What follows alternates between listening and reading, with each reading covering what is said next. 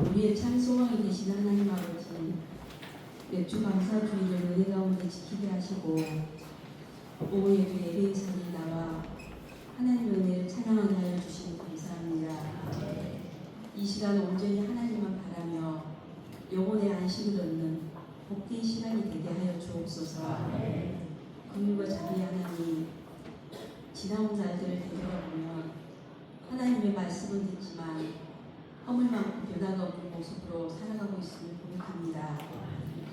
금요일 기사 용서해 주시고 올해 남은 날들은 하나님의 주권을 인정하며 겸손히 주님과 동행하도록 성령의 충만함을 부어 주옵소서. 하나님 아버지, 세상의 죄악과 삶의 여러 어려움 가운데 불평과 오만이 아닌 지금까지 우리를 도우신 하나님의 은혜를 기억하며 일상 속에서 감사하며 하나님의 자녀답게 살아 우리의 삶이 주님께 드려지는 예배가 되게 하여 주옵소서. 우리 삶을 통해 세상에서 하나님의 선하심과 온전하심을 드러내며 화평케 하는 자로 축복의 통로가 되도록 우리를 붙들어 주옵소서.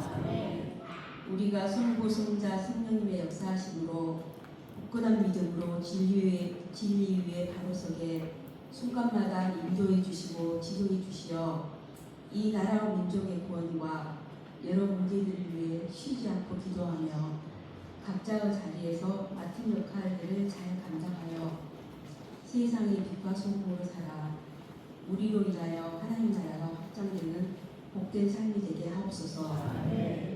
이 시간 말씀을 전하시는 목사님께 하늘이 신령한 능력을 충만히 부어주시어 목마른 영혼마다 생수가 되는 은혜의 말씀이 되게 하옵소서.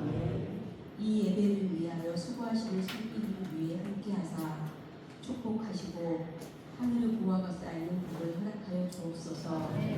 우리의 영원한 생명이신 예수님의 이름으로 기도드립니다. 아멘.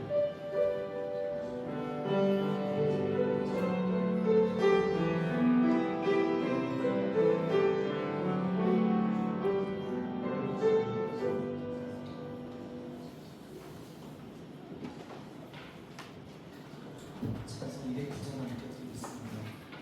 209장.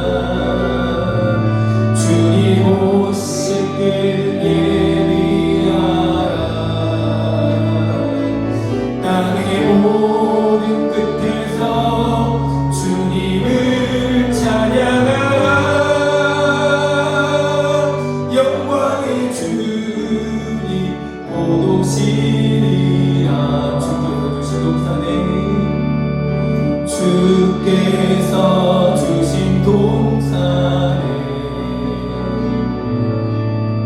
땀 흘리며 씨를 뿌리며 내 모든 삶을 드리리.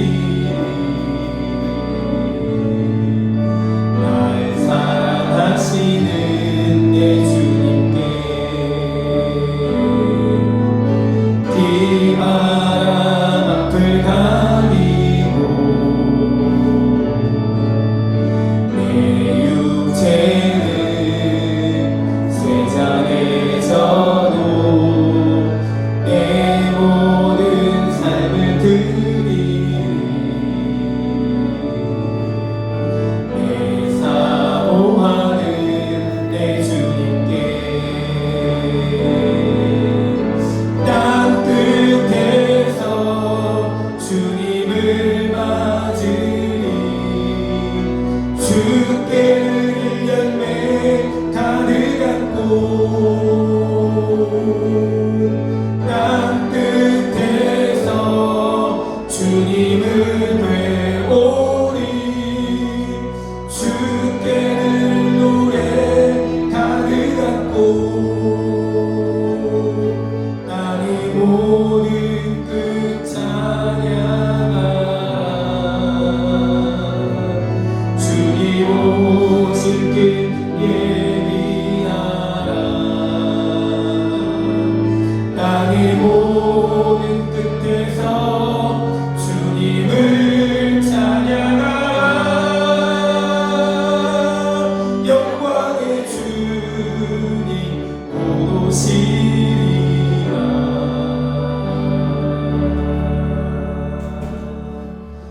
아멘. 우리 주님 곧 오실 줄 믿으시죠? 네. 언제쯤 모르지만 곧 오시고 하나님께서 우리에게 주시는 말씀을 신약성경 에베소서 4장 3절부터 12절 말씀 같습니다. 신약성경 314면에 있는 에베소서 4장 3절에서 12절 말씀입니다.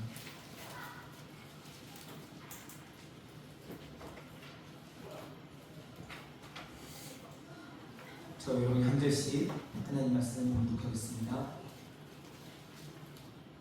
평안에 믿는 줄로 성령이 하나 되게 하신 것을 힘써 지키라.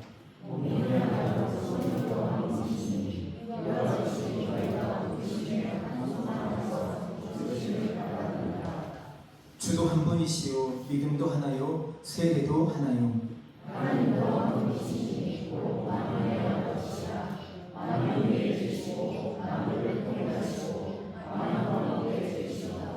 우리 각 사람에게 그리스도의 선물의 분량대로 은혜를 주셨나니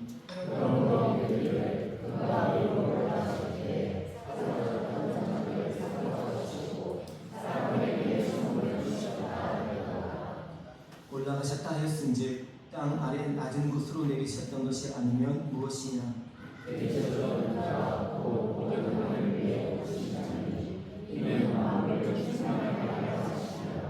함께 읽겠습니다. 그가 어떤 사람은 사도로 어떤 사람은 선지자로 어떤 사람은 복음 전하는 자로 어떤 사람은 목사와 교사로 삼으셨으니 이는 성도를 온전하게 하며 봉사의 일을 하게 하며 그리스도의 몸을 세우려 하십니다. 아멘. 5장 23절 말씀 한 절 더 보겠습니다. 5장 에베소서 5장 23절 말씀입니다. 교회에게는 중요한 말씀인데요. 23절 말씀 함께 읽습니다. 시작. 이는 남편이 아내의 머리됨이 그리스도께서 교회의 머리됨과 같음이니 그가 바로 몸의 구주십니다. 아멘. 교육자 가족을 둔 하나님께 준비한 찬양으로 응원드리겠습니다.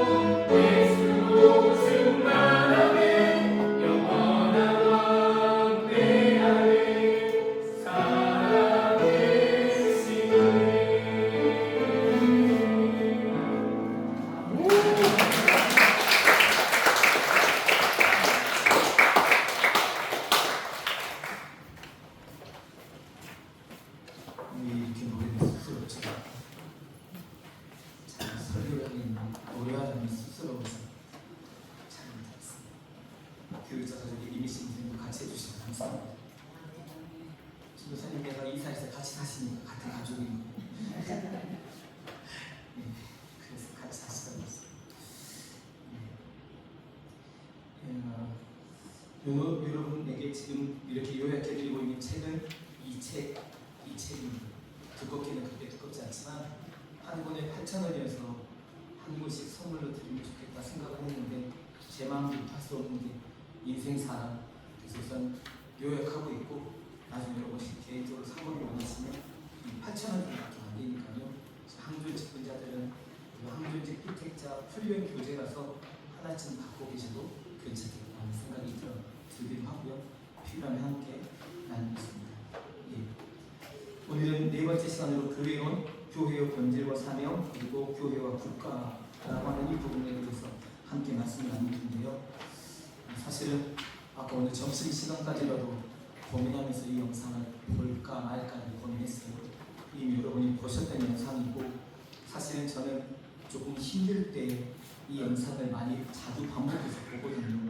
왜냐하면 너무 감사하고 귀하고, 그리고 또 너무 소중하고, 이런 믿음을 지키는 분들의 삶이 제게도 본받을 만하고, 그래서 한번 그런 늘 도전이 되는데, 그래도 이미 본 거라도 또 보면 큰일 나는 건 아니니 한번 다시 보시면서 여러분과 제 신앙을 조금 다시 고민하고 다시 다져보는 그런 시간 되시면 좋겠습니다.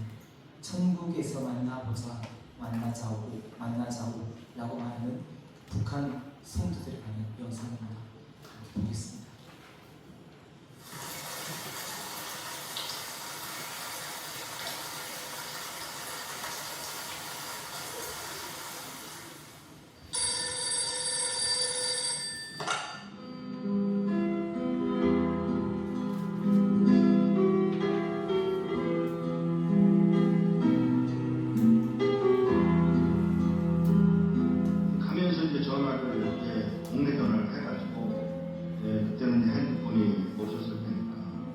연락을 해놓고는 북한에 그 성도들이 있다는 그분들 나오라고 해서 점심을 같이 할 수 있도록 어레인지를 했습니다. 도착을 했습니다. 그리고 4명의 어른들이 나왔습니다. 제일 나이 많은 분이 79, 그냥 4명의 늙은이들이 나온 거예요. 제가 처음 질문이 뭐였냐면 왜 나오시려고 그러세요? 요 말 한마디를 하는데 뜻밖의 그 노래입니다. 찬송한 거예요. 듣고 싶었습니다. 더 이야기할 게 없어서 알겠습니다. 제가 도와드리겠습니다. 언제 나오시겠어요? 그랬더니 빠르시고 좋소. 몇 년에 돼서 65년이 어른들면 아니야. 애도 있어. 얘 손녀도 있어. 정부가 들어왔는데 우리 모두 잡혀서 수용소로 끌려간다. 안 되겠다고. 제가 도와드리죠. 제가 도와드리겠습니다. 그랬더니 이분이 잠깐만. 네? 잠깐만. 내가 나와서 하나님께 직접 물어보고 결정하면 안 돼? 그러세요. 기도를 막을 수 없으니까. 그러세요. 뚜벅뚜벅 걸어 나가신 분 한 10분 만에 걸어오시는데 땀을 지금 그걸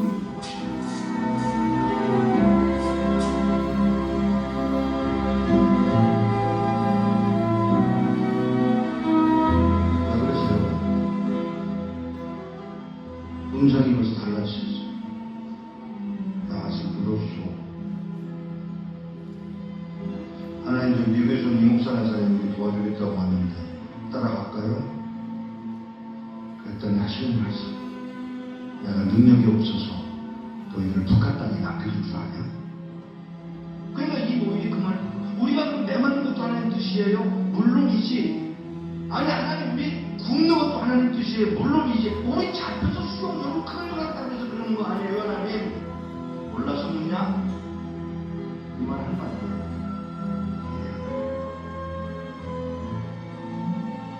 그리고는 저에게 그 얘기를 전해주고 헤어지기 전에 인사를 하려고 이렇게 끌어안으려고 하는데 끌어안는 게 이게 익숙하지 않아요, 이 사람들.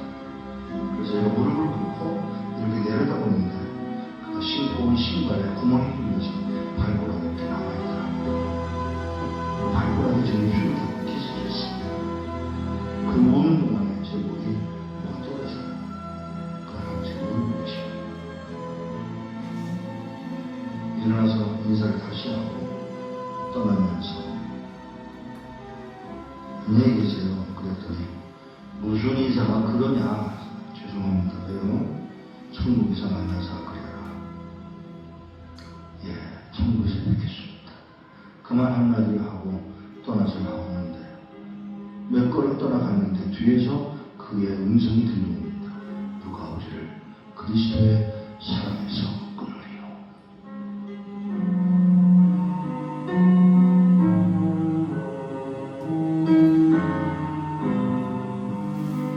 몇 년 후에 그곳을 다시 갔다가 저를 태우고 줬던 택시 운전수를 또 만났는데 그 운전수가 나를 기억하겠어? 그러고 물어요. 그래서 잘 했더니 그때 몇 년 전에 와서 그 노인네들 만나지 않았어? 아 예.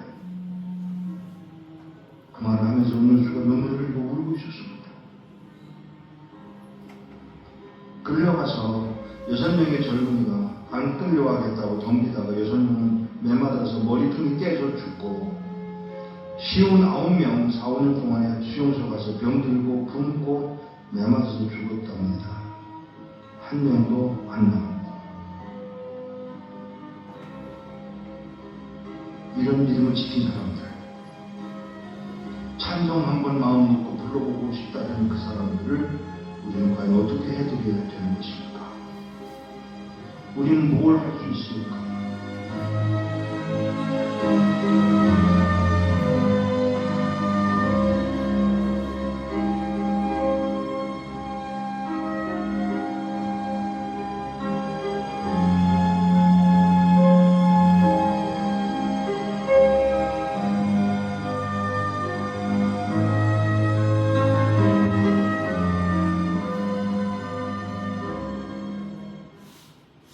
네. 천국에서 만나자고 해라. 안녕히 계세요가 뭐냐.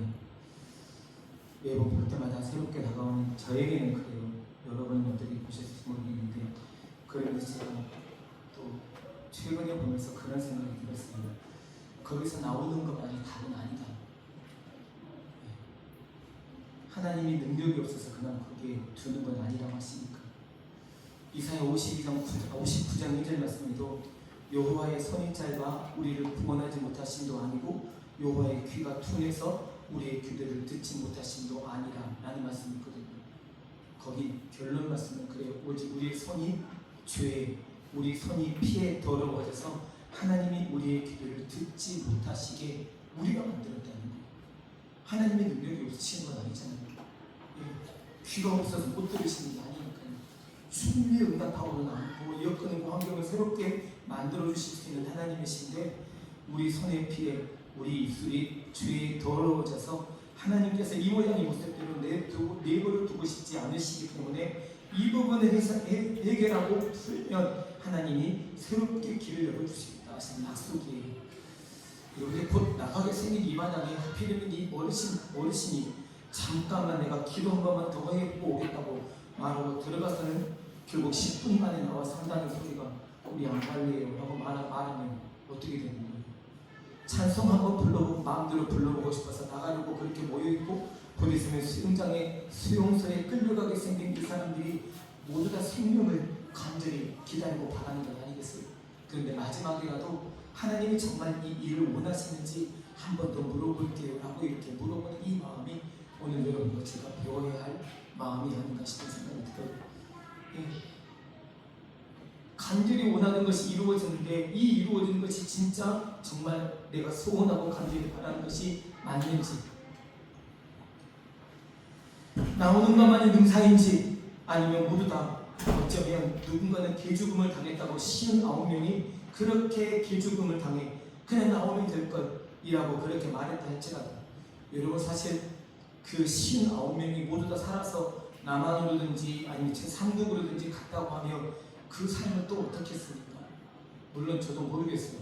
잘 산다는 보장 아니면 못 산다는 보장이 어디 있을까 싶기도 한데 하나님은 이분들을 또 그렇게 천국으로 불러들이셨으니 제게는 이분들을 바라볼 때 난 참 행복한 신앙생활, 복스러운 생활을 하고 있으면서도 여전히 불만, 불평과 짜증과 원치 않는 마음들이 있는 것 같다. 말로 쉽게 그만두면 그만이지 뭐, 안 하면 그만이지 뭐, 안 나가면 그만이지 뭐, 냅둬버리면 그만이지 뭐, 너무 쉽게 내뱉는 그 말도 책임도 지지 못할 거면서 너무 쉽게 마치 하나님 들으십시오라고 하는 것처럼 그냥 내질러 보고만 하는 우리 그 말 한마디에 하나님은 또 얼마나 마음이 답답하실까 하는 생각이 들었던 거예요. 여러분, 오늘도 말씀을 드렸지만 말을 아껴 보실 수 있기를 부탁드립니다. 예, 성질나서 함부로 내뱉어서 그냥 자기 기분이 어떤지를 뱉어볼 수 있는 그런 말에도 불구하고 오늘 내 죄 때문에 십자가까지 지시기 위해 아무 말 없이 묵묵히 그 십자가를 지셨던 우리 예수님 기억하며 우리도 믿음의 그 길을 걸어갈 수 있다면 여러분과 제가 그것을 선택할 수 있는 믿음의 담력을 주님이 허락해 주시기를 간절히 바랍니다. 예, 혹시 여러분이 지금 고난과 고통과 핍박과 좌절과 낙담, 무너짐과 그 고통의 자리에 있다 할지라도 당장에 그 자리에서 나오는 것만이 능사가 아니라는 거죠. 병이 깊이 들어서 그 병이 고침받게 되기만 하여 구해서 그 병이 고쳐지는 것만 하나님의 뜻이 아니라는 거예요. 병도 하나님의 뜻이라면 병이 고쳐지는 것도 하나님의 뜻이니까요. 천국으로 데려가신다고 해서 그게 하나님의 뜻이 아닌 게 아니라 그것조차 하나님의 뜻으로 받는 거예요. 저번에 말씀드렸던 것처럼 제게 저희 형수가 그런 만큼의 믿음일지도 상상을 못했는데 마음이 답답해요. 애들도 4명이나 됐는데 이러다가 인생을 마치게 되면 어쩌나라고 조심스러워하고 이런 말을 할 줄 알았더니 간에 90% 가까운 곳에 암이 퍼져서 최근에는 3차 색전술을 받으려고 할 때 10%마저도 전이가 돼서 전체적인 간에 색전술을 해야 되겠다고 하는 말씀을 의사 선생님이 하셔서 그 3번째 색전술 받을 때 온 간에다가 그 항암을 투여하는 치료를 받게 될 때 저희 형수님께 일부러 한 번 더 물었거든요. 형수님 어때요? 처음에 치료 받으실 때와 지금 치료 받으실 때 기분이 어떠세요? 라고 물었더니 그 고백은 똑같더라고요. 처음에도 그랬거든요. 괜찮아요, 수방님. 그때도 하나님이 살려주시면 감사했지만 지금도 하나님이 불러가셔도 저는 감사해요 라고 고백할 수 있는 믿음이요. 생명의 위기를 맞닥뜨리지 않고서는 누구도 쉽게 할 수 없는 고백인데 그 고백을 들으며 제 믿음도 다시 돌아보고 생각해 볼 수 있는 시간을 갖게 되었답니다. 여러분, 나눠드린 교재 한번 보시고 우리 함께 고민해 보시죠. 오늘 함께 나눌 이야기는 4번째 이야기 교회론에 대해서 4과가 설정되어 있는데 오늘은 교회의 본질과 사명이 무엇인가라는 이야기, 그리고 10번째 과는 그러면 그런 교회와 국가는 어떤 관계인지라고 하는 이 내용들을 우리가 잠깐 살펴보고 싶어요. 밑에 있는 내용으로 바로 들어가죠. 공사 교회론. 빠르게 변화하고 있는 이 시대에 우리에게 여러 가지 도전과 변화를 요구하고 있습니다. 이러한 시대에 교회 공동체와 그리스도인은 어떻게 대처하고 있으며 여기에 바른 교회론을 확립하고 교회의 역할을 알아야 할 이유가 있습니다 라고 하는 내용 나와 있죠. 9가 교회의 본질과 사명이라고 되어 있는 부분이 있습니다. 저기 읽지 않고 넘어가는 부분은 여러분 한 번 더 살펴보셨으면 좋겠다 싶어서 넘어갑니다. 9가 교회의 본질과 사명. 우리 앞에 같이 한번 읽어보시죠. 현재 시작. 현재 교회의 가장 큰 문제는 교회의 중요성이 점점 약해져가고 있다는 것이다. 이런 시대에 특히 교회의 항존직들이 어떠한 교회관을 가지고 있느냐 하는 것은 매우 중요하다. 교회관이 다르면 교회를 바르게 섬길 수 있다. 교회는 시대적 상황 속에서 하나님의 구원 역사를 수행하는 독특한 사명을 감당했는데 오늘의 시점에서 교회의 사명에 대해 분명하게 정리해야 한다. 네, 교회관이 다르면 어떻게 교회를 섬길 수 있다고요? 바르게 교회를 섬길 수 있다. 교회관이 삐딱하면 자기 임의를 따라서 교회를 섬길 수 있게 되는 어려움이 있어요. 그러면 교회의 본질이 뭐냐?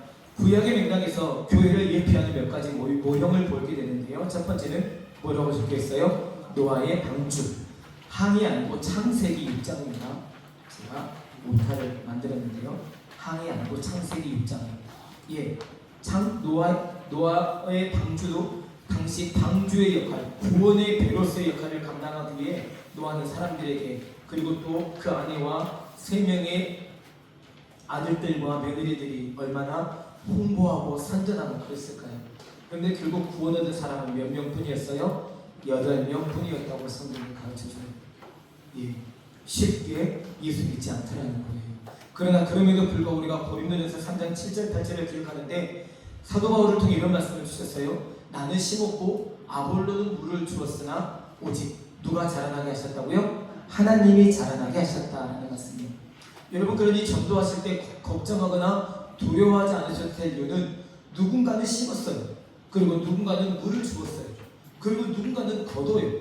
그게 여러분일 수 있고, 또 여러분이 심는 분일 수 있고, 여러분이 물을 주는 분일 수도 있어요. 그러면 또 누군가는 또 어디서 거둘 거예요. 그러니 여러분의 한마디 때문에 교회 안 나온다고 실망할 이유 있어요? 없어요? 없어요. 실망 안 하셔도 돼요. 여러분과 저는 전할 책임을 받았지 끌고 와서 앉힐 책임은 그 다음은 하나님이 알아서 하시는 거예요. 전하라고 하신 거잖아요. 듣든지 듣지 않든지 전하라고 하신 거예요. 이해하든지 이해 못하든지 말하라고 하신 거예요. 그를 데려다가 앉혀둘 책임은 그 다음이에요. 그러니 여러분과 제가 할 일은 말하는 것뿐이에요. 전하는 것뿐이에요. 고백해서 알려주라는 이야기예요. 그러면 누군가는 또 거기 물을 줄 것이고, 누군가는 또 잘 갖고 줄 것이고, 누군가는 또 하나님의 은혜로 자라나게 하셔서 그 전도의 열매를 맛보게 될 거고요. 또 우리가 전도한 사람이 있다고 하면 그분도 여러 사람들이 여기저기서 그분을 전도하기 위해 이 모양 저 모양으로 신경 쓰고 관심 갖고 기도하는 결과로 우리가 또 열매를 얻기도 하는 거예요. 이런 내용은 언제 어디서든지 일어나거든요. 그러므로 여러분과 제가 말로 하는 전도, 삶으로 하는 전도를 여전히 감당해야 될 이유가 바로 여기에 있어요. 혹시 알아요? 여러분이 말 한마디 괜찮는데 내가 기다렸다고, 당신이 이 말을 해줄 때까지 내가 기다렸다고, 당장 내가 주일날 가겠다고 이렇게 덥석 말해줄 줄 누가 아느냐고. 그래서 우리에게는 말하라고 하나님이 명령하신 거예요. 그 다음에 알아서 할 거예요. 노아의 방주. 두 번째 교회의 예표는 도피성. 도피성은 어떤 사진을 한 사람이 그리 피할 수 있죠? 실수로 살인한 사람이 도끼질하다가 갑자기 도끼날에 빠져가서 아래에 있는 사람이 도끼날에 맞아서 죽었다. 이거는 죽이려고 죽은 게 아니잖아요. 그래서 보복자가 쫓아오기 전에 도피성으로 피하면 대제사장이 죽는 날까지는 거기서 기거리도 문제될 게 없었어요. 다만 고의로 살인한 것은 똑같이 죽여버리는 거예요. 이게 구약의 율법이었어요. 도피성은 부지중에 고의가 아닌, 작정하고 사람을 죽이기 아닌 그런 사람이 영혼의 피난처 역할을 통해 거기서 삶을 얻게 되는 것인데, 요단 동편의 3개, 서편의 3개 이렇게 빨리 도망가서 우선 피하는 게 우선이기 때문에 요단강을 중심으로 동서편에다 3개씩을 그렇게 만들어 놓은 거죠. 그 다음에 세 번째 교회의 예표는 뭐가 있다고요? 회당이에요. 회당은 바벨론 포로기에 생긴 걸로 그렇게 이해해요. 회당의 기호는 정확하지 않지만 남왕국 유다가 멸망한 이후 성전 예배를 드릴 수 없게 되었을 때 생긴 것으로 추정됩니다.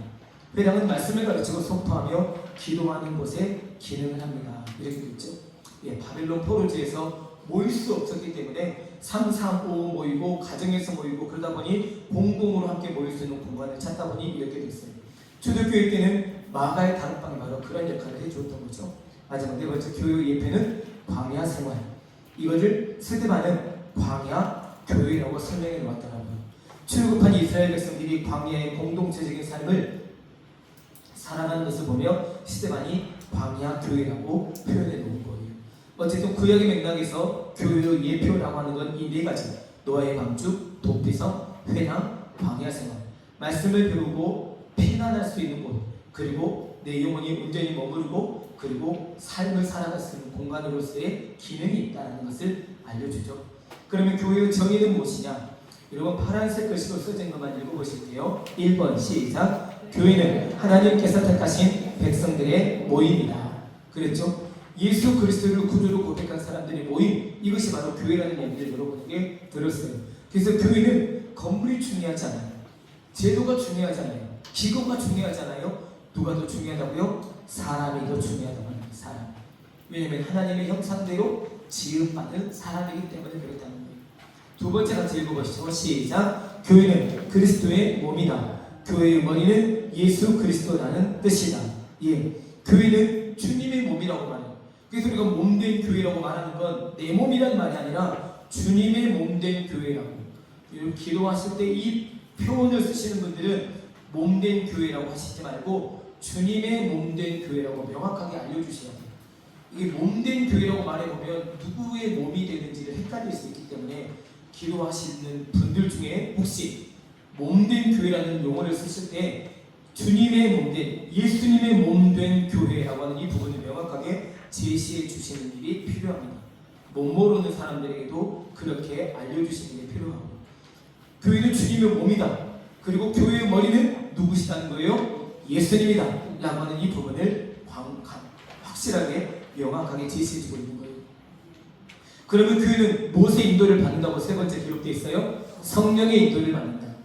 그래서 교회는 성령을 통해서 출발하게 됐으니까요.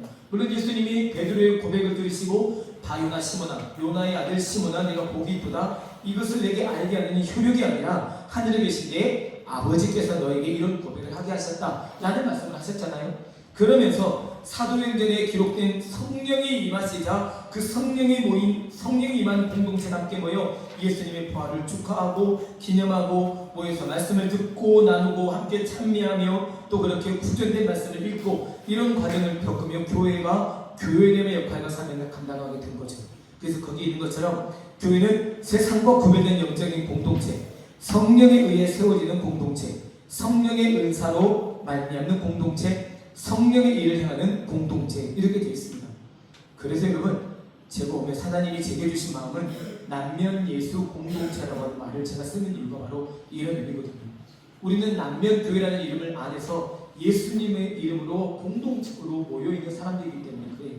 그래서 남면 예수 공동체라는 말을 쓰는데 기도할 때마다 그런 용어들을 잘 써주시는 분들이 너무 감사하고, 사실 그런 교회는 되는 교회거든요. 담임 목사가 어떤 말을 꺼냈을 때 그 문구, 그 말을 붙잡고 함께 공동 기도하는 성도들이, 또 대표 기도하는 분들이 그런 용어들을 같이 써주는 것은 한마음 한뜻을 품는 일에 아주 좋은 계기가 되는 것이니까요. 그렇게 같이 하자는 의미이죠. 교회의 정의는 그렇다. 그러면 개혁자들, 종교의 개혁자들과 우리 본교단, 대한예수교 장로회 통합교단의 교회관은 무엇이냐? 첫 번째, 루터의 교회관을 보시면 파란 글씨 한번 읽어보시죠. 시작. 루터는 교회의 본질적인 요소를 세례, 성만찬, 복음 설교로 꼽았습니다. 세례가 베풀어지고 성만찬이 행해지고 그 다음에 설교가 복음적으로 진행되는 교회는 거기는 틀림없이 교회의 표지가 있다는 거예요. 근데 세례도 없고 성만찬도 없다. 근데 설교만 있다. 여기는 교회일까요? 아닐까요? 네, 아니에요. 세례와 성만찬 그리고 설교, 말씀이 있어야 돼요. 이게 같이 가야 교회의 표지라고 종교 교육자들은 강하게 어필했어요. 그래서 성찬을 매주마다 하라고 말한 거예요. 설교를 매주마다 못하더라도 성찬은 주님의 몸이니까, 주님의 몸이 뭐예요? 말씀이잖아요. 그러니까 그 성찬을 통해 주님의 몸을 보이고 매주마다 떡과 잔을 나누면서 함께 주님을 먹고 마시라고 하는 이야기를 종교 교육자들은 입이 닳도록 그렇게 이야기한 거였거든요. 세례로 계속해서 세례받는 사람들을 생산해내고, 그리고 복음의 설교가 진행되는 곳이면 그렇다. 그 다음에 웨스트민스터 신앙 고백의 교회, 그리고 세 번째 우리 예정 통합교단의 헌법에서 말하는 교회. 3번 내용을 같이 한번 읽어보실게요. 하나님이 시작. 하나님이 만민 중에서 자기 백성을 택하여 그들로 무한하신 은혜와 지혜를 나타내신다. 이 무리가 하나님의 집이요 그리스도의 몸이며 성령의 전이다. 이 무리는 과거, 현재, 미래에 있는 성도들인데 이를 가리켜 거룩한 공회, 즉 교회라고 부른다. 이렇게 되어 있죠. 네, 거룩한 교회. 영어 발음으로는 캐서릭 처치 이렇게 말하는데요. 이 캐서릭이라는 처치는 보편적인 교회를 말하면서 한편으로는 구별된 교회를 말합니다. 교회는 세상과 구별된다는 거예요. 회비를 걷는 모임인 개모임이나 동창회 모임과는 다르다는 거예요. 그래서 캐서릭 처치라고 하는 단어를 써서 표현하는 거예요. 보편적인 보편적인 교회지만 구별된 교회, 세상에는 없는 예수 그리스도의 십자가 사건과 그분의 부활이 우리 교회 공동체 안에 있기 때문에 그런 개념에서 우리 교회는 보편적인 교회이지만 구별된 교회라고 하는 이 부분을 사도신경에 명시를 해놓았던 것이죠. 네 번째, 교회의 사명은 수직적 차원에서는 내가 교회, 개인이 교회가 돼서 하나님의 기쁨이 되는 삶을 살아야 된다는 이야기. 그 다음에 두 번째는 나를 세상에 두신 이유는 나로 인해 교회의 기능과 역할을 할 수 있도록 하나님이 은혜를 베풀어 주신다는 것을 알려주는 거거든요. 여러분, 예수 그리스도를 구주로 고백하는 사람들의 모임이 뭐라고요? 교회라고 했어요. 그러면 여러분 저 한 명 한 명도 교회일까요? 예, 맞아요. 우리 모두도 교회라는 거예요. 그러니까 여러분이 흩어지게 되면 여러분이 계신 그 자리가 바로 여러분 교회가 되는 거예요. 예, 이분이 교회가 되는 거고 신인호 교회가 되는 거예요. 김수정 교회가 되는 거고 그런 교회가 되는 거예요. 함께 모일 때는 우리 남녀교회가 되지만 흩어질 때는 여러분의 각자의 교회가 돼서 여러분이 교회의 기능을 감당해 내셔야 되는 거예요. 예, 그래서 우리를 교회로 보고 있습니다. 고린도전서 3장 16절 말씀에 너희가 하나님의 성전인 것과 이러셨죠. 하나님의 성령이 너희 안에 거하시는 것을 알지 못하느냐. 너희가 하나님의 성전이다. 또 여러분과 제가 교회인 교회, 구제민 교회, 윤영선 교회, 다 교회, 이계화 교회, 다 교회.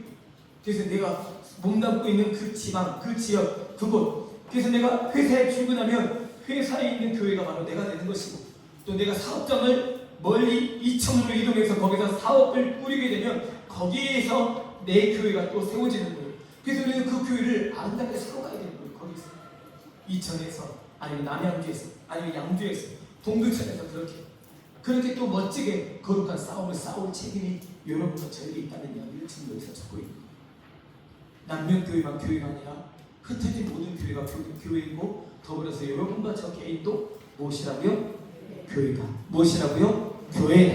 예, 이런 개념을 여러분 기억하시면 좋겠고, 그러면 교회가 이런 정의, 이런 내용, 이런 본질을 갖고 있는데, 이런 교회는 국가와 즉 나라와는 어떤 관계가 있냐라고 하는 이 부분을 우리가 잠깐 살펴볼 건데요. 10과 교회와 국가라고 되어 있는 부분에 파란색 글씨 한번 같이 읽어보시죠. 시작. 그리스도인이 하나님과의 관계만을 중요하게 생각하며 인간 상호 간의 관계 내지는 그가 속한 사회, 국가, 제도 등에 대하여 눈을 감아버리고 귀를 막아버리는 것은 용납할 수 없다. 네, 그냥 하나님 나라만 생각하고 교회만 생각하고 자기 맡은 직분만 생각하고 나라와 민족을 위해서 기도도 하지 않고 세계와 일방을 위해 기도하지도 않고 마을과 지역사회를 위해서 기도하지도 않고 그냥 그것만 생각한다면 이건 바람직하지 못한 신앙생활이라고 이야기해주고 있는 거예요. 이스라엘은 원래 신경 정치를 하는 국가였어요. 그런데 로마의 제국에 복속되면서 로마의 식민지가 됐었죠. 그런데 감사하게 4세기에 로마가 기독교를 국교로 인정하게 되면서 교회가 나라를 끌고 가는 형편이 된 거예요. 근데 이것도 바람직하지 않았거든요.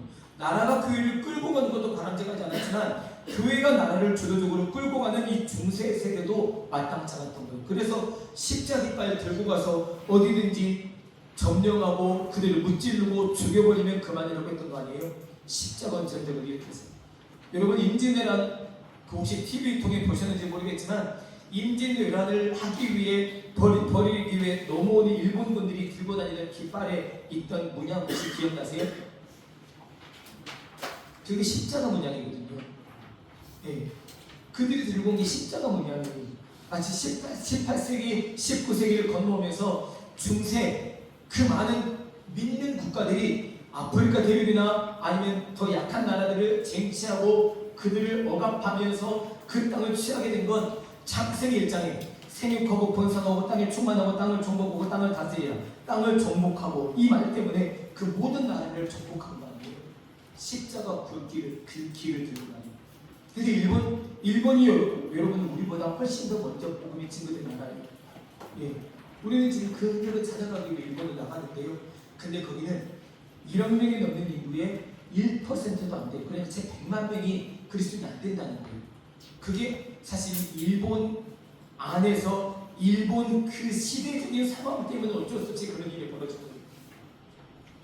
못 믿게 만들어버리고 믿지 못하게 만들어버리고, 안 그러면 거기서 살 수 없는. 그러니까 결국 안 믿고 100에다가 끝내 죽음을 택한 성도들이 많고, 그래서 시대가 바꿔진 바람에 감사하게 그나마 지금 1%라도 그 신앙의 명맥을 유지하고 있는 거거든요. 근데 감사하게 우리나라는 복음이 우리나라에 먼저 들어온 게 아니라 성경책이 먼저 들어왔고, 성경책을 통해 글을 배우면서 이게 신비롭다, 이런 일이 진짜 오병이어 같은 일이 있어, 이런 일이 벌어지는 것을 책을 통해 있다가 성교사님들이 1884년 5년 그어간에 우리나라에 들어와서 예수님을 전하게 되면서, 아, 우리가 읽었던 그 책이라고 하는 그 성경책에 나와 있는 그 예수 양반이 바로 이분들이 전해주는 예수구나라고 하는 것을 알게 되면서 믿음이 확 들어오게 된 겁니다. 그러니 우리나라는 복받은 민족인 거예요. 거기다가 선교사님들이 자기 본국에서 기금을 마련해 와서 학교를 지었죠, 병원을 지었죠, 교회를 세워줬죠. 여러분, 이렇게까지 혜택을 받는 나라가 세상에 어디 있어요? 그러면서 우리는 또 그런 과정을 겪으며 새마을 운동을 펼치고 잘 살아보세를 외치고, 우리도 한번 잘 살아보자고 함께 그렇게 격려하다 보니 여러분 여기까지 와 있는 거 아니에요? 물론 어느 대통령이나 어느 지도자나 실과가 있기 마련이지만, 과나 공이 있기 마련이겠지만, 과는 과로 받고 또 공은 공으로 받고, 물론 그러면서 역사가 평가하겠지만요. 그래서 우리 교회도 그런 꿈을 꾸는 거예요. 아예 5년 후, 10년 후, 20년 후에 문 닫아지고 점점 쇠약되면서 문 닫는 교회, 아니 이런 꿈을 누가 꿈이라고 꾼답니까? 기대와 소망으로 가득 찬 꿈인 거죠. 우리 시대에 50대, 60대, 70대 사람들이 모두 빠져나간다 할지라도 남은 다음 세대 식구들이 자라서 우리 교회의 밑받침이 되고 밑거름이 되는 교회가 될 수 있다라고 하는 이런 기대와 소망은 여러분 얼마든지 가져도 괜찮은 거 아닙니까? 은행면에서, 광정면에서, 동두천에서, 옥정과 덕정에서 왜 우리 교회로 오지 말라는 법이 어디 있습니까? 마찬가지로 남면에 6,000명의 인구들이 있고, 우리 교회와 신산감리교회, 신산장로교회, 중앙감리교회, 예능교회, 그 다음에 상승부대교회 합쳐가야, 그리고 주변에 있는 남면에 속해 있는 교회를 합쳐가야 여러분 제 1,000명의 성도가 안 돼요. 그러면 5,000명이라는 인원이 아직도 믿지 않는 사람들이나 믿었다가 쉬고 있는 분들인데, 그들에게 복음을 전할 책임이 여러분과 저에게 있는 거잖아요. 올해 20명, 내년에 30명, 그 다음에 50명, 그 다음에 100명, 우리가 이렇게 기도하고 하나님에게 맡겨드리고 주님의 도우심을 구하고 열심을 품고 말씀 따라 살아가면 하나님이 그런 우리를 바라보시며 하나님의 사람들을 보내주지 않으시겠습니까? 교회는 누가 주인이라고요? 하나님. 누구의 몸이라고요? 주님의 몸이라고요. 교회의 머리는 누구시라고요? 예수님이시라고요. 여러분, 이것 때문에 전도를 얼마나 많이 해야 돼? 헌금을 얼마나 많이 해야 돼? 택도 없어요. 걱정하지 마세요. 이건 여러분과 제가 걱정할 게 아니에요. 정말입니다. 제가 여러분들께 터무니없는 말을 하고 있다고 여기시는 분이 계실지 모르겠지만 아니라니까요. 교회는 여러분께 또 아니고 제 것도 아니에요. 누구의 것도 아니란 말이에요. 교회를 세운 이상 하나님의 교회는 될 수밖에 없어요. 그러면 교회가 될 수밖에 없으려면 어떻게 하면 돼요? 그 교회에 속해 있는 공동체 구성원들이 하나님의 말씀과 그 뜻을 따라가면 교회는 되게 되니까는 거예요. 우리가 오늘 말씀에서 봤지만, 나를 사랑하고 내 계명을 지키는 자에게는 자손 몇 대까지 복을 주신대요? 1000대까지 복을 주신다고 약속하셨잖아요. 그래서 여러분과 지금 하나님의 말씀과 그분의 지도를 따라서 믿음의 길을 걸어가면 하나님은 우리 교회의 신실함과 거룩함을 통해서 하나님을 믿는 사람들을 더해주신다. 이게 교회의 됨이에요. 걱정하지 마십시오. 여러분, 안 그랬으면 여러분을 제가 들들 볶았을 거예요. 총동원 전도해주는 외인이만. 근데 저는 거기에 소망을 두지 않아요. 물론 그게도 필요할 때 있어요. 왜냐면 그냥 교회 가자고 하면 안 오는 분들도 뭔 일이 계기가 돼서 딱 한 번만 나와. 한 번이면 돼. 한 번이면 돼. 이래서 어렵게 나오는 분들이 예수 믿게 되는 경우들이 생기니까요. 총동원주의도 그래서 의미는 있어요. 그런데 그것만이 능사는 아니었어요. 여러분과 제가 삶이 변화되고 새롭게 되지 않는 한 아무리 세 가지를 와도 여러분과 제 삶을 보며 엉망이다 싶어지면 교회 다니다가도 그만두고 하게 돼요. 여러분과 제가 새롭게 되어 있지 않는 한, 거룩함으로 고정되지 않는 한 그렇게 될 수밖에 없어요. 그런데 종교개혁 이후로는 정반대가 된 게, 중세에는 교회 국가, 그러니까 교회가 주도적으로 국가를 이끌어갔다면, 중세 이후에는, 종교개혁 이후에는 르네상스와 종교 개혁이라고 하는 이 큰 울타리라고 하는 사건 때문에 개인주의 사상이 발전되고, 그래서 교회도 결국 정치와 종교를 분리하는 지점에까지 이르러서 지금은 서로 반대하지 않는, 그러나 기도하는, 서로 견제하고 균형을 이루는 이런 관계 속에 지금 있다라는 이야기를 거기 적고 있거든요. 그러면 예수님의 국가관은 뭐냐? 마태복음 12장 17절 말씀, 파란색 글씨 같이 함께 읽어보시죠. 시작. 가이사의 것은 가이사에게, 하나님의 것은 하나님께 바치라는 말씀. 이 말씀이 도대체 뭔 말씀이냐? 밑에 1, 2, 3 써져 있는 부분 우리 함께 읽어보시죠. 1. 시작. 신전 정치를 부정하지 않음과 동시에 로마 제국의 지상 국가로서의 존립을 승인하고 또 그 지배 아래 있는 자의 납세 의무를 강조하셨다. 두 번째, 그러나 로마의 통치권이 신의 절대적 권위를 침범하는 것은 용납하지 않는다. 세 번째, 다만 하나님의 것은 어떤 범위를 포함하는가 하는 점에서 그 개념 정리가 명확하지 않다라고 하는 내용이 나와있죠. 네, 아무리 예수님께서 로마 국가를 인정했다 할지라도 그 로마 국가가 하나님의 뜻과 상반되는 것을 주장하게 될 때는 마땅히 싸우라는 이야기예요. 예. 하나님이 기뻐하지 않으시는 일을 요청하게 될 때는 그때는 용납할 수 없다는 것이 두 번째, 로마의 통치권이 신의 절대적 권위를 침범하는 것은 용납될 수 없는 일이다. 그래서 가이사의 것은 가이사에게, 하나님의 것은 하나님께라고 하는 일반적인 해석은 우리가 내야 될 세금들은 내야 하는 거예요. 이게 왜 내가 세금을 내야 돼요? 나라의 국민이고 또 국가가 정해놓은 법, 테두리 안에서는 우리가 지켜가야 될 내용들이 있으니까 이걸 지켜가자는 것이고, 하나님의 것은 하나님께라고 하는 이 의미에서는 하나님이 여러분과 저에게 명령하신 그 부분은 하나님의 말씀에 순종하며 그 길을 걸어가는 것이 반드시 필요하다고 하는 것을 알려주고 있습니다. 그러면 바울의 국가관은 무엇일까요? 로마서 13장 1절 2절에 나와 있는데요. 파란 글씨 같이 한번 읽어보실게요. 시작. 각 사람은 위에 있는 권세들에게 복종하라. 권세는 하나님으로부터 나지 않음이 없나니 모든 권세는 다 하나님께서 정하신 바라. 그러므로 권세를 거스르는 자는 하나님의 명을 거스르니 거스르는 자는 심판을 자취하리라. 아멘. 그 밑에 파란 글씨 보시면 국가는 하나님에 의하여 세워지고 그 정하신 말을 따라야 합니다. 하나님은 선하시기에 국가 지도자도 선을 목적으로 해야 합니다. 주권자는 하나님의 사역자가 되어 내게 선을 베푸는 자니라 라는 말씀대로 그 권력을 하나님의 뜻을 이루는 일에 써야 합니다 라고 되어 있죠. 그런데 이런 일에 쓰지 않고 자기 배를 채우는 일을 쓰다 보니까 나라가 엉망진창이 되어버린 경우들이 허다하죠. 예, 마지막 4번, 네 번째 페이지에 보시면 그런 개념에서 4페이지 맨 위에 부분에 3.1운동 때 같이 한번 읽어보시죠. 시작. 3.1운동 때 종교인이 일본 군국주의의 한거한 역사와도 흡사하나 일본 제국주의의 침략을 신적 기구로서의 위의 권세로 볼 수 없었던 것이다.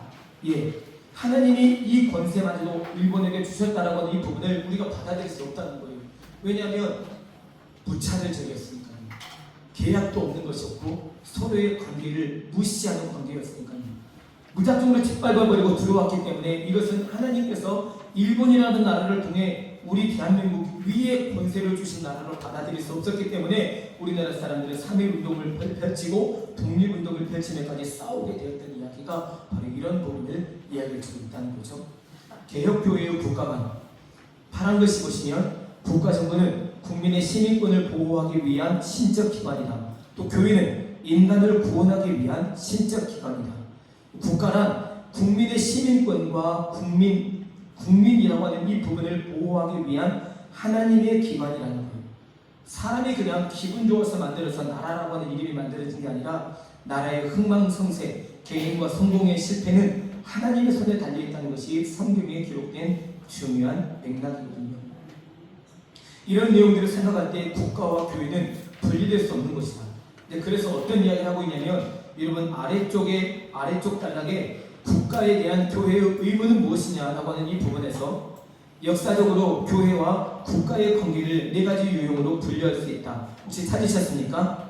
네, 거기 1번 한번 읽어보시죠. 시작. 교회가 국가를 지배하는 형태. 좋은 형태라고요? 아니라고요. 두 번째요. 국가가 교회를 지배하는 형태. 좋은 형태라고요? 아니라고요. 세 번째, 교회와 국가가 분리되어 서로 충돌하며 서로가 서로를 파괴하려는 형태. 이러면 결국 죽고 말겠죠.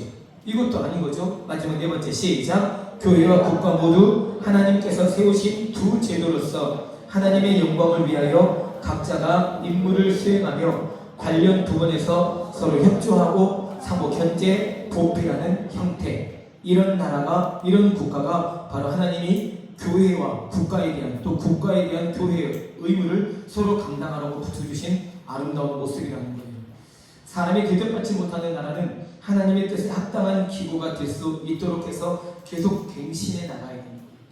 사람이 사람다운 대접을 받지 못하는 나라, 이런 나라가 사실 뭐 북한도 있고 여러 나라가 있지만 이런 나라들이 하나님의 뜻에 합당한 나라가, 기구가 될 수 있도록 계속해서 갱신해 나갈 수 있도록 여러분과 저는 기도하는 것이 필요하다.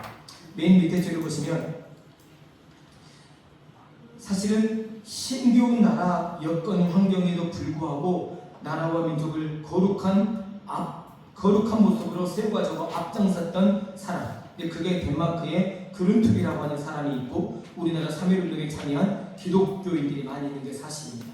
이 덴마크의 그룬투비라고 하는 사람은 사실 나라가 어려움에 처해 있을 때 우리나라를, 여러분 덴마크여 깨어나라라고 하는 소리를 외치며 사람들에게 새로운 소망을 불러넣었다는 거예요. 그가 한 말이 이런 말이에요. 부자가 적고 가난한 사람은 더 적을 때 사회는 풍요로워진다라는 말을 했다는 거예요.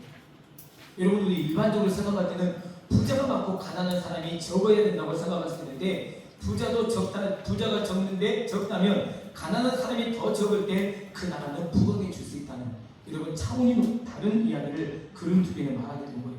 그러면서 참된 덴마크인은 인간의 자유와 독립과 존엄을 파괴하는 세력에 맞서 싸우는 사람이다 라고 하는 이 부분을 일러주면서 민중들을 교육함으로 그들을 계몽시켜 나라가 일어날 수 있도록 앞장섰던 위대한 인물이라고 덴마크의 나라는 그룬투비를 그렇게 보고 있다는 거예요.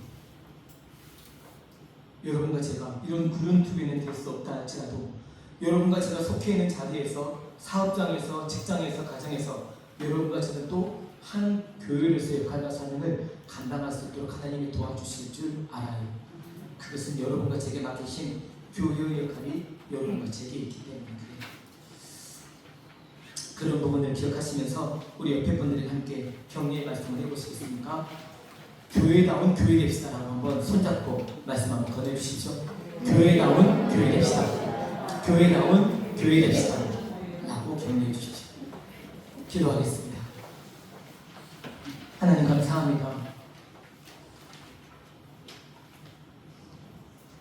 불러주신 뜻이 있고 세워주신 은혜가 있지만 때로 삶의 환경과 여건으로 인해 우리 몸과 마음과 심장과 영혼이 무뎌지고 하나님이 안 계신 것처럼 느껴지고 교회에 와도 소망도 힘도 없어지는 이 느낌 속에, 그럼에도 불구하고 하나님 살아계시며 역사하시고 지금도 우리를 만나고 계신다는 사실이 우리를 다시 일깨워 주님 말씀 따라 믿음의 길을 순종으로 걸어가는 예수의 증인들이 다 될 수 있도록 인도하여 주옵소서.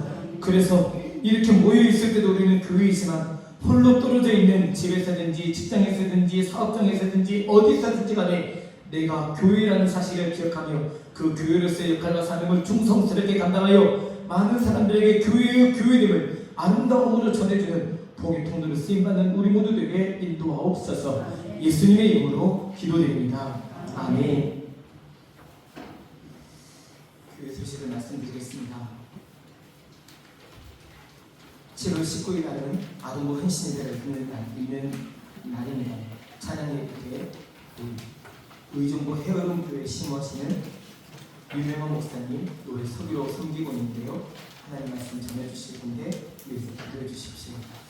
예배 후에 일본 단기 선교 훈련 모임을 새벽기도실에서 모이겠으니 가시는 분들 모두 함께 참여하셔서 함께 훈련에 참여하시기 바랍니다. 우리 남녀예수 공동체 여름사역 일정이 이번에 정해졌는데요. 7월 20일부터 24일 일본 단기 선교 가고요.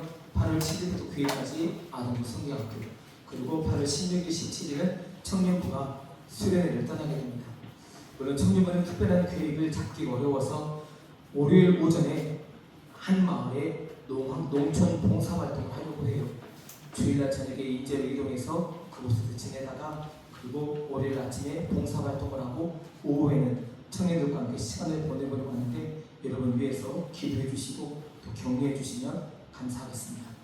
베네수엘라를 위한 구제헌금을 다음 주일에 여러분 함께 드릴 수 있도록 그렇게 안내 말씀드립니다. 기억하셨다가 함께 같은 마음으로 여러분 성도 주시고 참여해 주시기를 부탁드립니다. 우리 집사님들께 유아부실과 그리고 유아실 본당 뒤에 있는 유아실과 계단 청소를 부탁드리는데 여러분의 이름이 적혀지게 되면 그 부분 함께 감사한 마음으로 섬겨주시면 정말 감사하겠습니다. 예, 모두 자리에 일어나셔서 함께 찬송 236장 드리겠습니다.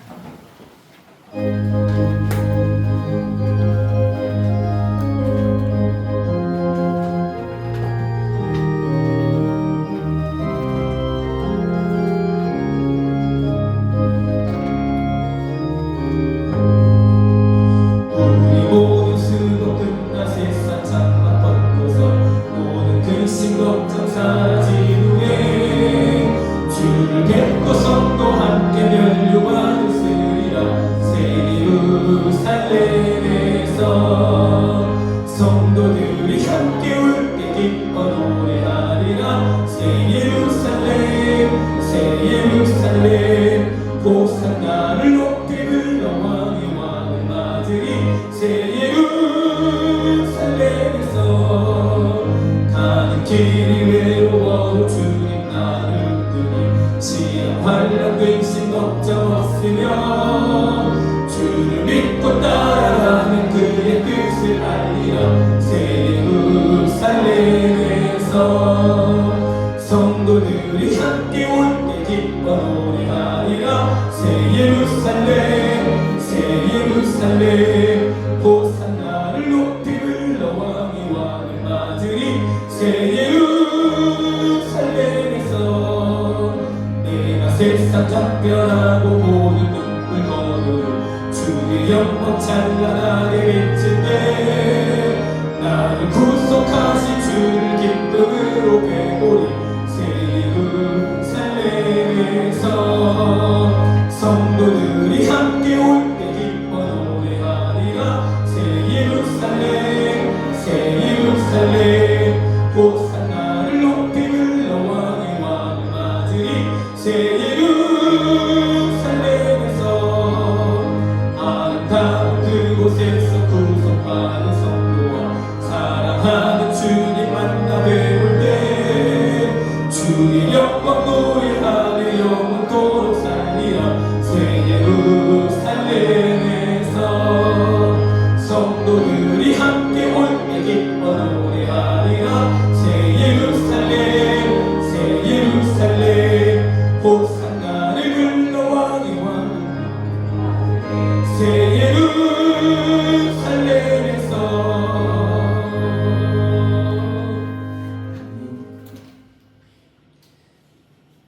여호와는 여러분에게 복을 주시고 여러분을 지키시기를 원하며 여호와는 그 얼굴을 여러분에게 드사 은혜 베푸시기를 원하며 여호와는 그의 얼굴의 빛으로 여러분의 몸과 마음과 심령과 영혼에 허락해 주신 귀한 직장과 사업장에 그리고 사랑하는 자녀손들과 그 가정에 비추시어 크신 은혜와 평강으로 영원히 함께해 주시기를 간절히 축원하옵나이다. 아멘.